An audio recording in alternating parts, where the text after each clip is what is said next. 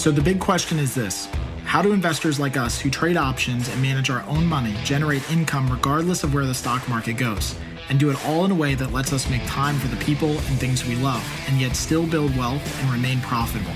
That's the question, and this podcast will give you the answer. I'm your host, Kirk Duplessis, and you're listening to The Daily Call from Option Alpha.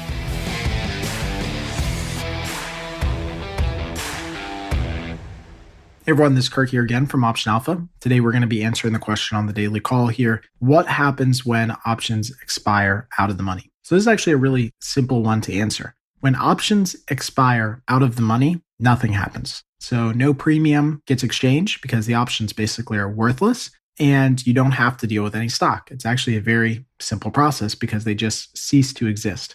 It's very much like if you were to buy insurance on your car in case you get into a car accident. If at the end of the year you don't get into a car accident, then nothing happens. The policy expires. You don't get any money back as the option buyer. The insurance company, as the option seller, collects and keeps the entire premium, and you just have to renew your policy and basically start over and start a new one. So it's very much the same process with options. When the options expire out of the money, the option buyer gets nothing, the option seller keeps everything at that point, and then no stock is traded hands or exchanges in the open market. So there's nothing to do. It's not worth anything. It just ceases to exist, and you have to reestablish a new position maybe in the next contract month. So very simple answer here. Hopefully this helps out. I know this was a short one today, but if you have any other questions that you want to get added to the daily calls that we do here or on our live stream that we do on Facebook every week, please head on over to optionalpha.com/ask and click the big red button in the middle of the screen and leave me a voicemail. That's the easiest way to do it. And it gets your content here so that we can get your questions answered. As always, hopefully this helps out. And if you guys have any questions, let me know. Until next time, happy trading.